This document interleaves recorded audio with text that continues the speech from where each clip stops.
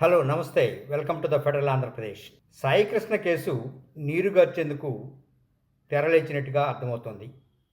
కాకీల పాపానికి ఖద్దరు రక్షణ కల్పించినట్టుగా తెలుస్తుంది. కృష్ణలంక పోలీసు స్టేషన్‌లో 4 గోడల మధ్య జరిగిన సాయి కృష్ణ కస్టోడియల్ టార్చర్ డెత్‌గా భావిస్తున్న కేసును మాయం చేసేందుకు రాజకీయ నాయకులు తెర వెనక ఉండి ఈ తంత్రాన్ని నడిపినట్టుగా తెలుస్తోంది. రేపు రాష్ట్ర సర్వోన్నత న్యాయస్థానం హైకోర్టులో ఈ హేబియస్ కార్పస్ పిటిషన్ విచారణకు రానున్న నేపథ్యంలో ఈ సంఘటన జరగడం రాజకీయ వర్గాల్లోనూ అటు విజయవాడలోనూ సంచలనం రేపుతుంది. బెజవాడ నగరంలో తీవ్ర దుమారం రేపిన సాయి కృష్ణ అదృశ్యం కస్టోడియల్ టార్చర్ వ్యవహారం నిజంగానే గంటకో మలుపు తిరుగుతోంది. ఒకవైపు రేపు హైకోర్టులో ఈ కస్టోడియల్ డెత్ భావిస్తున్న హేబియస్ కార్పస్ పిటిషన్ విచారణకు రానున్న నేపథ్యంలో మరోవైపు ఈ పిటిషన్ను ఉపసంహరించుకోవాల్సిందిగా కొందరు రాజకీయ నాయకులు తెర వెనక ఉండి వ్యూహం నడిపారు. ఆ మేరకి ఈ కేసును పోయినసారి హైకోర్టులో వాదించిన లాయర్ ఆదిత్య నుంచి ఫైల్స్ని తీసుకెళ్ళినట్టుగా తెలుస్తుంది.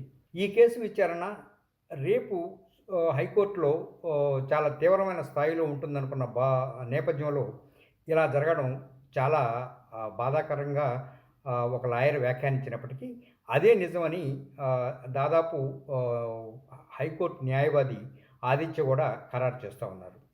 విశ్వసనీయ సమాచారం ప్రకారంగా ఈ కేసులో బాధితుల తరఫున హేబియస్ కార్పస్ పిటిషన్ వేసింది ఆదిత్య.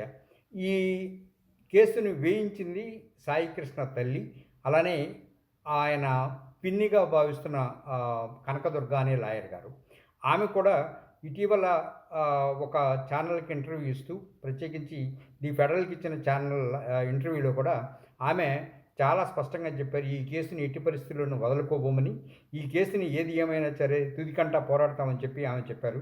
అయితే ఈవేళ అనూహ్యంగా వీళ్ళిద్దరే, సాయి కృష్ణ తల్లి విజయలక్ష్మి గారు, ఆయన పిన్ని కనకదుర్గ గారు, మరో ముఖ్య నేత ఇంకొందరు కలిసి లాయర్ ఆదిత్య ఇంటికి వెళ్ళి ఈ ఫైల్స్ని మేము తీసుకెళ్తామని, ఎన్ఓసి అంటే నో అబ్జెక్షన్ సర్టిఫికేట్ ఇమ్మని ఆదిత్య గారిని కోరారని, ఆదిత్య గారు ఇది న్యాయవాద వృత్తిలో ఉన్న నైతిక నియమాల ప్రకారంగా ఈ కేసును తను వదులుకోవటానికి సిద్ధమేనని చెబుతూ ఎన్ఓసి కూడా ఇచ్చారని తెలుస్తుంది.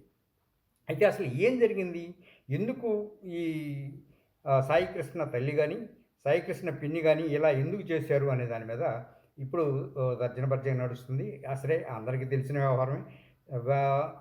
ఆనాడు స్వర్గీయ వంగవీటి రంగాకి అత్యంత సన్నిహితంగా ఉండి కుడిభుజంగా భావిస్తున్న ఒక వ్యక్తి ఈ ఇద్దరిని వెంటబెట్టుకుని వెళ్ళారని, అది ప్రభుత్వంలోని కొందరు పెద్దల మాట మేరకి ఆ కుటుంబానికి న్యాయం చేస్తామని చెప్పినందువల్ల ఈ కేసుని ఇంతటితో వదిలిపెట్టమని ఆ పెద్దలు కోరినట్టు, దానికి సాయి కృష్ణ తల్లిదండ్రులు కూడా అంగీకరించినట్టు తెలుస్తోంది. ఫలితంగా రేపు జరగబోయే హేబియస్ కార్పస్ పిటిషన్ పై విచారణ సరే రేపు కోర్టులో ఏం జరుగుతుంది అనే దాని మీద ఇంకా స్పష్టత రాలేదు. సహజంగానే ఈ ఆదిత్య గారి దగ్గర నుంచి తీసుకున్న కేసుని వేరే లాయర్ గారికి అప్పచెప్తారు.